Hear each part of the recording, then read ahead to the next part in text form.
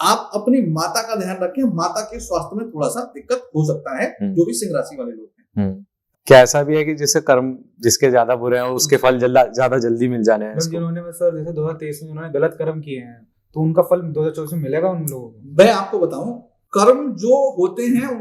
तो राधे राधे सभी को, क्रीदा टॉक का नया पॉडकास्ट आ चुका है। आज हमारे साथ बहुत स्पेशल गेस्ट आए हैं जो हमारे आचार्य कृष्ण के शर्मा जी हैं। उन्होंने न्यूमोलॉजी, एस्ट्रोलॉजी और वास्तु एक्सपर्ट है। 16 साल से ज़्यादा उनका एक्सपीरियंस है और उनको काफ़ी अवार्ड्स भी मिले हैं।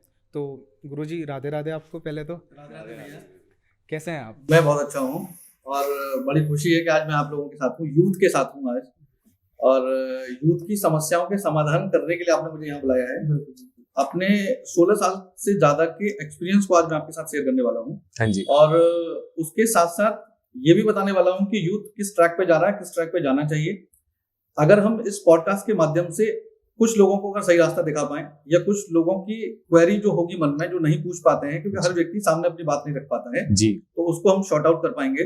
तो ये हमारा टॉक है, खासतौर पर जो हम कर रहे हैं आज पूरा शो, ये बिल्कुल सफल हो जाएगा। सर जैसे 2024 चल चुका ऑब्वियसली, सो 2024 में किस किस राशि पे कैसा कैसा प्रभाव पड़ने वाला है आपके? मतलब काफ़ी लोग 2024 को लेके बड़े डरे हुए हैं कि 2024 इतना खतरनाक है उनके लिए। तो किन किन राशियों के लिए खतरनाक है और किन किन के लिए राशियों के लिए अच्छा है 2024? बिल्कुल ठीक। 2024 की सबसे पहले बात करते हैं, फिर राशियों की बात करेंगे। श्योर।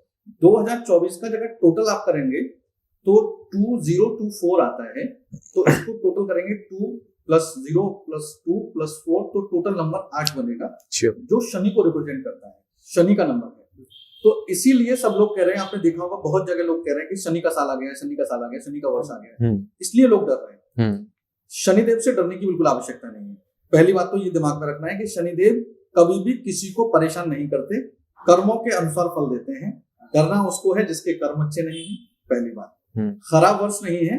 राशियों के अनुसार यदि हम बात करेंगे तो कुछ राशियों को ये बिना कोई रेमेडी किए अच्छे लाभ दे रहा है, कुछ राशियों के लिए रेमेडी करने के बाद लाभ दे रहा है, और कुछ राशियों को ये कोई भी नुकसान नहीं पहुंचाएगा, तो कोई फायदा भी नहीं पहुंचाएगा। अगर फायदा लेना चाहते हैं तो फिर शनि की रेमेडी करें, या उनकी कुंडली से संबंधित जो भी समस्याएं हैं उसके अनुसार अगर रेमेडी करेंगे तो लाभ मिलेगा। एक एक करके राशियों की अगर हम बात करें तो अलग अलग राशियां हैं, इनकी मैं बात कर लेता हूं एक एक करके। सबसे पहले 12 राशियां होती हैं, मेष से लेकर मीन तक की 12 राशियां हैं।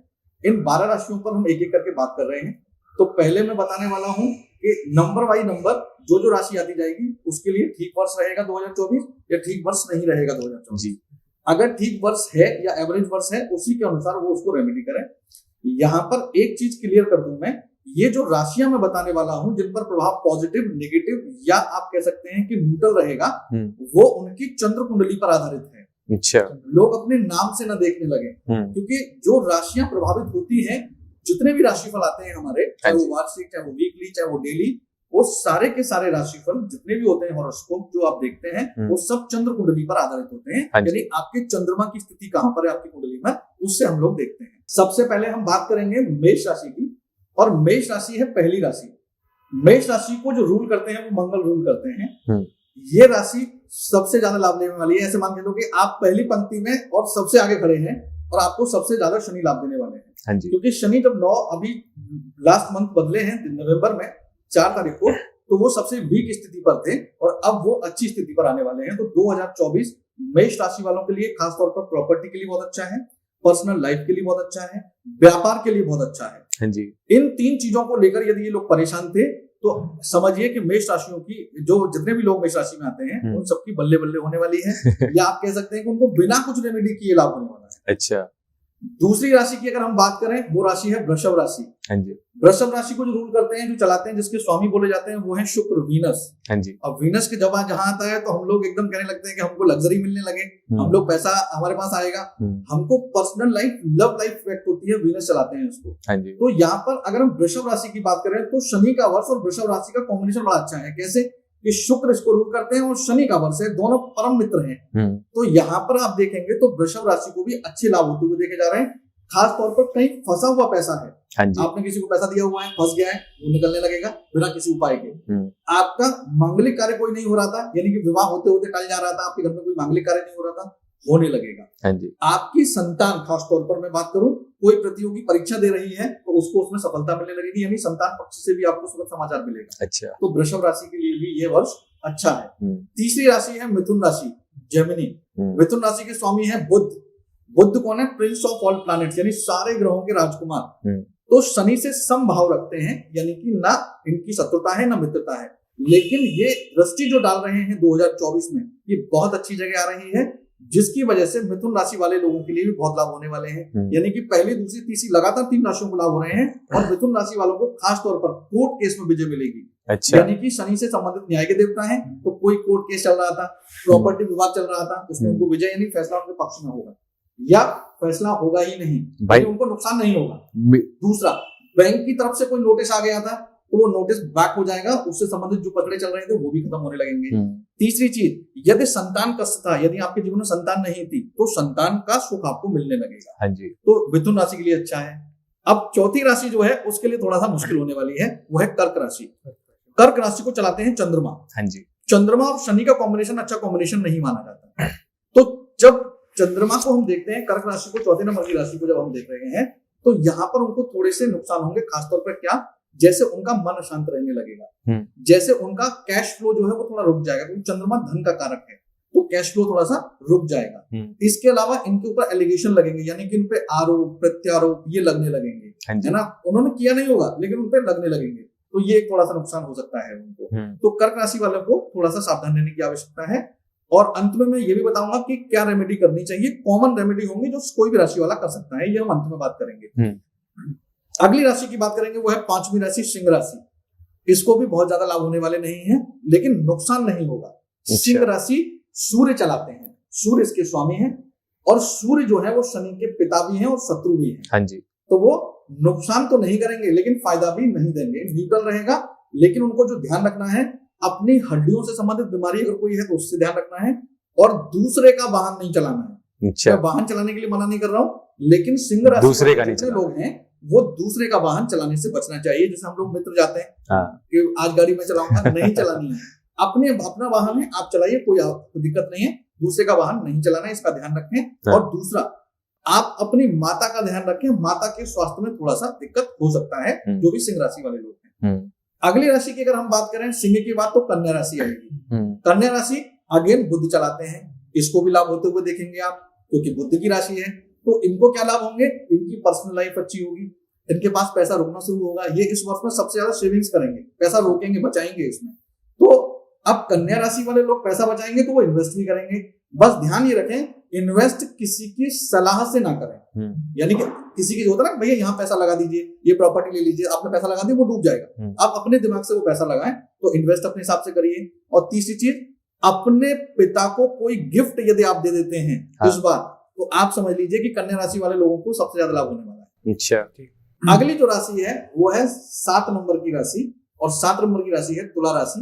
ये राशि है शुक्र की राशि, और शुक्र की राशि फिर वहीं आगे हम लौट के, शुक्र और शनि मित्र हैं। तुला राशि को लाभ मिलने वाला है। क्या लाभ मिलेगा? एक तो व्यापार में वृद्धि होने लगेगी अपने आप कुछ नहीं कर रहे हैं, लेकिन आप देखेंगे अभी कुछ दिन बाद ही व्यापार में वृद्धि एकदम बढ़ने लगेगी, आपकी ग्राहकी बढ़ने लगेगी, आपकी डीलिंग अच्छी होने लगेगी। दूसरा, आपको नई अपॉर्चुनिटी मिलेंगी। जैसे आप एक फ्रेंचाइजी चलाते थे, आपके पास दूसरी आने लगेगी, है ना। अगर आप नौकरी में थे तो आपके पास दूसरा ऑप्शन अच्छा आने लगेगा, अच्छा आपको हाइक मिलने लगेगा। ऐसे ही हम बात करें कि आपकी पत्नी को यदि कोई स्वास्थ्य कष्ट था, क्योंकि शुक्र पत्नी को रिप्रेजेंट करता है, तो पत्नी साक्षात शुक्र है, तो पत्नी को कोई हेल्थ इश्यू थे तो वो दूर होने लगेंगे, इससे आपको लाभ मिलेगा। और तीसरी चीज, पैतृक प्रॉपर्टी कोई थी तो पैतृक प्रॉपर्टी आपको मिल जाएगी, उसमें कोई दिक्कत हो रही थी, उसमें कोई विवाद चल रहा था, तो वो आपके फैसला पक्ष में होगा। अगली राशि की बात करेंगे तो अगली राशि कौन सी है? वृश्चिक राशि, मंगल की राशि। वृश्चिक राशि को भी लाभ होते हुए आप देखेंगे, लेकिन वृश्चिक राशि को बहुत ज्यादा लाभ नहीं देखेंगे। वृश्चिक राशि को आप केवल 2 लाभ देखेंगे। यदि आपके पास वाहन नहीं था तो आप कोई भी वाहन खरीद लेंगे। 2 व्हीलर नहीं था, 2 व्हीलर आपके पास आ जाएगा। 2 व्हीलर है, 4 व्हीलर नहीं था तो 4 व्हीलर आपके पास आ जाएगा। 4 व्हीलर 2 व्हीलर दोनों हैं तो पसंद की गाड़ी आ जाएगी। यानी कि वाहन से संबंधित लाभ आपको मिलने वाला पहली बार। दूसरा, बहुत प्लान बनाए हमने, हम कोई यात्रा ही नहीं कर पाए। आपने बनाया कि हमको शिमला जाना है, किसी ने कहा मेरे को वैष्णो देवी जाना है, 5 साल से प्लान बन रहे हैं और कैंसिल हो रहे हैं। इस वर्ष आपका वो टूर होने वाला है, यानी कि वाहन और यात्रा से संबंधित लाभ आपको मिलने वाले हैं। 2 तो लाभ मिलेंगे।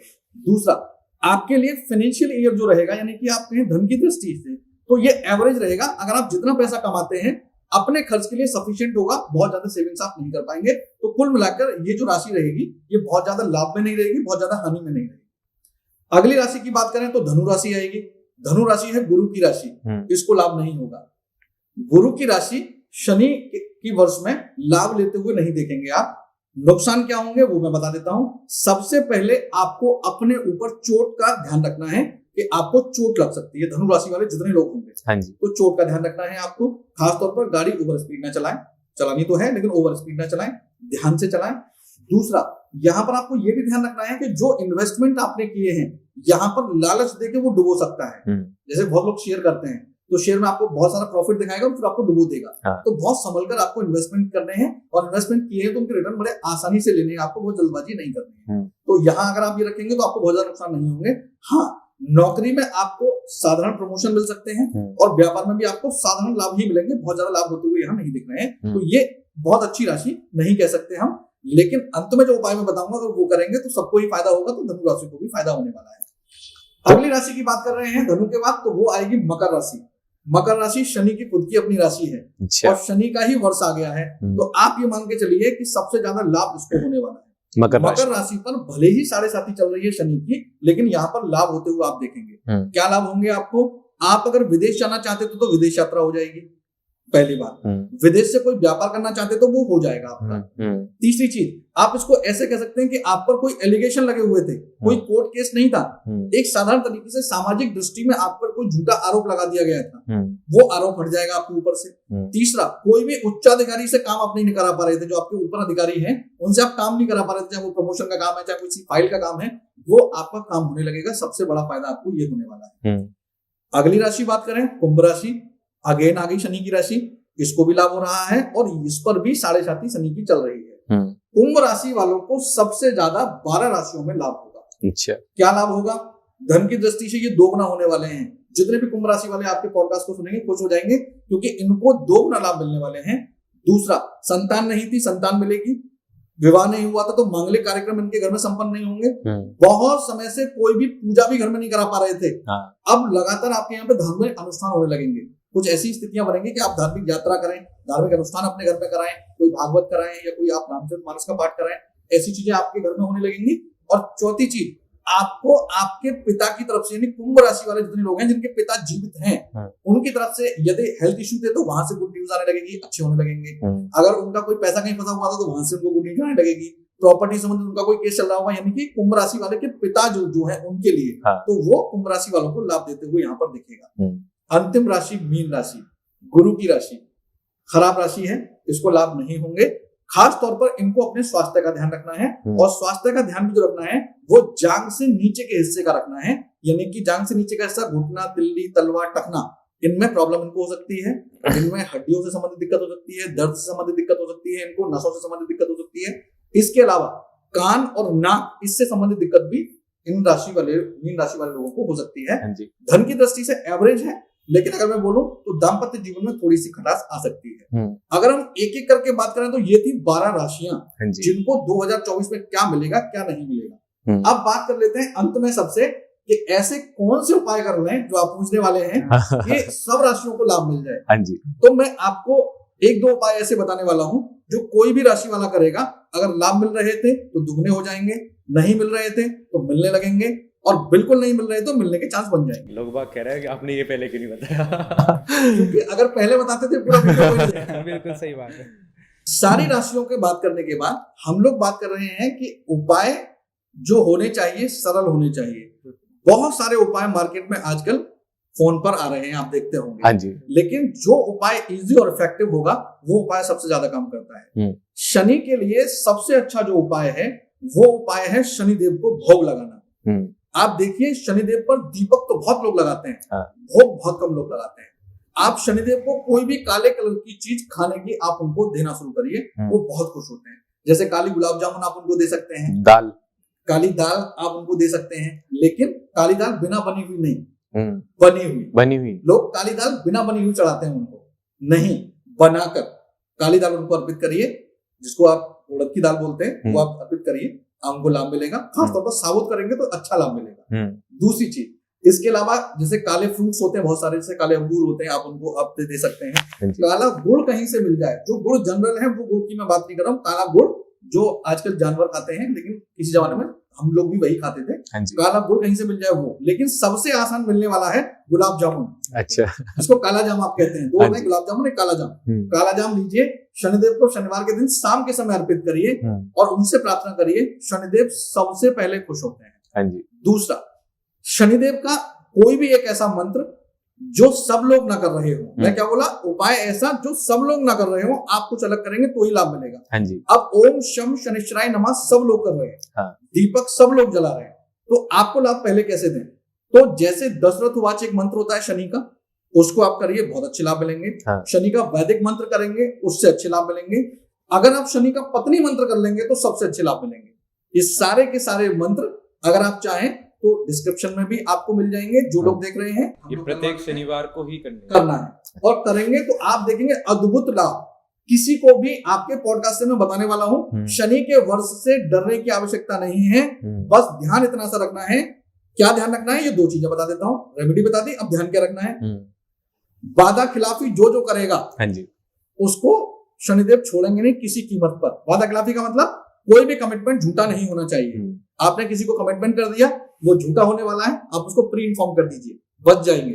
क्या ऐसा भी है कि जैसे कर्म जिसके ज्यादा बुरे हैं उसके फल ज्यादा जल्दी मिल जाने हैं? जिन्होंने सर जैसे 2023 में जिन्होंने गलत कर्म किए हैं तो उनका फल 2024 में मिलेगा उन लोगों को? मैं आपको बताऊं, कर्म जो होते हैं उनका फल हमेशा मिलता है। बात 2023 और 24 की है ही नहीं।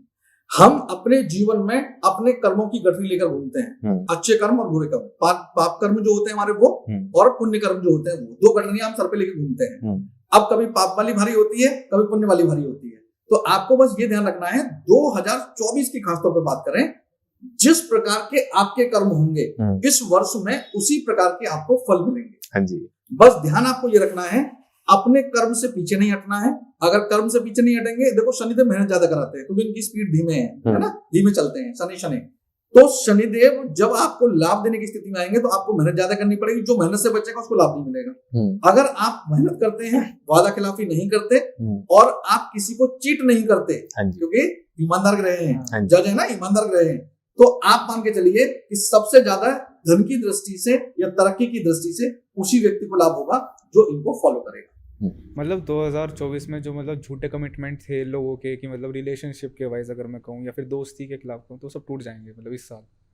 ये निश्चित रूप से आप ध्यान रखो, किसी भी व्यक्ति ने अगर चीट किया है किसी को भी, सेम उसके साथ होने वाला है। शनिदेव की खास बात मैं आपको बता दूं, जैसे सपोज करो मैं आपका एक एग्जांपल लेता हूं कि आपसे किसी ने वादा खिलाफी कर दी और वो बहुत खुश है आज की डेट में, और वादा खिलाफी की है तो आपका नुकसान हुआ होगा। तो आप इसको ऐसे समझिए कि आज की डेट में आप बहुत परेशान होंगे, आपकी आंखों के सामने शनिदेव उसको पनिश करेंगे सेम कंडीशन में जो उसने आपके साथ किया है। ये है शनि का पनिशमेंट और ये है शनि का न्याय। जैसे को तैसा जजमेंट है। सारे 9 ग्रहों में सर्वोपरि पावर है उनके ऊपर। डीएम की पावर जज काट सकता है, तो शनिदेव जज हैं सारे ग्रहों के, कुछ भी कर सकते हैं। सबसे ज्यादा लेने और सबसे ज्यादा देने की पावर इनके पास है। तो ये ध्यान रखो, कोई व्यक्ति ये सोचे कि मैं 2024 में अच्छा रहूंगा और 2023 में मैंने माल मार लिया किसी का तो अब यहाँ अच्छे कर्म करके मैं बच जाऊंगा, नहीं। हिसाब देना पड़ेगा और हिसाब इसी वर्ष होगा, और जिसको चीट किया है वो व्यक्ति को भी पता चलेगा कि हाँ इसको अब हिसाब हो रहा है, इसको पनिशमेंट शनिदेव दे रहे हैं निश्चित रूप से। तो चलिए, हमने ये तो जाना आपकी अलग अलग राशियों के क्या प्रभाव पड़ने वाले 2024 में। तो अगला सवाल जो आपसे हमारा है कि आप मूलांक के बारे में बताइए कि मूलांक क्या है बेसिकली। ठीक है, मूलांक न्यूमरोलॉजी से संबंधित है। अंक शास्त्र उतना ही पुराना है जितना पुराना ज्योतिष शास्त्र है। हाँ जी। अंक शास्त्र को लोग अब थोड़ा सा जानने लगे हैं, पहले लोग अंक शास्त्र को नहीं जानते थे। जैसे मैंने अभी 12 राशियों की बात की, ऐसे ही हम बात करेंगे अब 9 ग्रहों की। हर ग्रह को एक नंबर दिया गया है। हाँ जी। उसको मूलांक हम कहते हैं। कैसे कहते हैं वो मैं बताता हूँ। 1 नंबर से लेके 9 नंबर्स तक हमारे, आपने देखो नंबर्स होते हैं 1 to 9। 9 प्लैनेट्स होते हैं हमारे, 7 ग्रह और 2 छाया ग्रह। इसको क्लियर रखें आप। 7 ग्रह हैं, 2 छाया ग्रह हैं। राहु और केतु को ग्रह नहीं माना जाता, लेकिन जब टोटल नंबर हम करते हैं 9 तो 9 प्लैनेट्स हम लोग मानते हैं। मतलब छाया ग्रह छाया ग्रह का मतलब मैं बता देता हूँ आपको, जो रियल प्लैनेट्स हैं हमारे हाँ जी, वो हैं 7।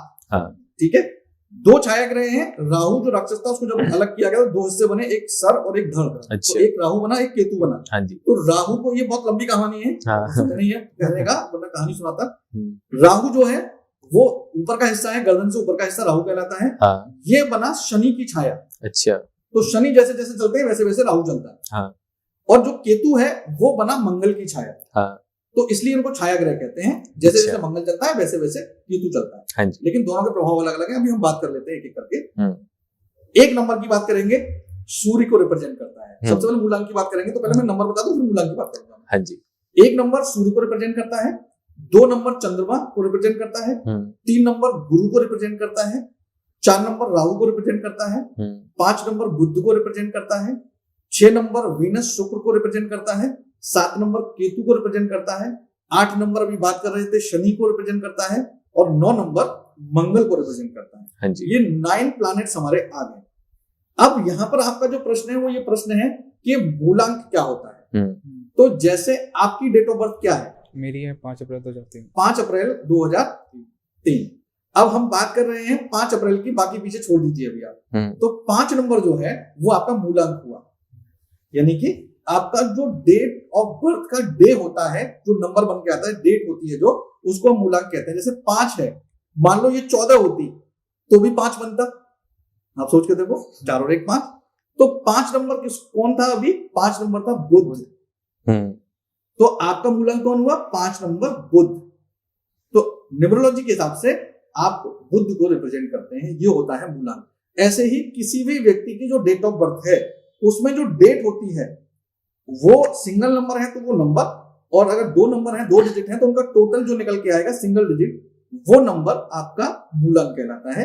जैसे किसी की डेट ऑफ बर्थ 2 तारीख है तो उसका मूलांक 2 हो गया। हाँ जी, 11 है तो भी 2 हो गया, और 29 है तो भी 2 हो गया, तो उसका मूलांक जो बना वो 2 नंबर बना। इस प्रकार से हम लोग मूलांक निकालते हैं। और मूलांक जब हम निकालते हैं तो जो प्लैनेट्स मैंने बताए उसके अनुसार उनका व्यवहार होता है, अगर न्यूमरोलॉजी में हम लोग देखते हैं। हाँ जी,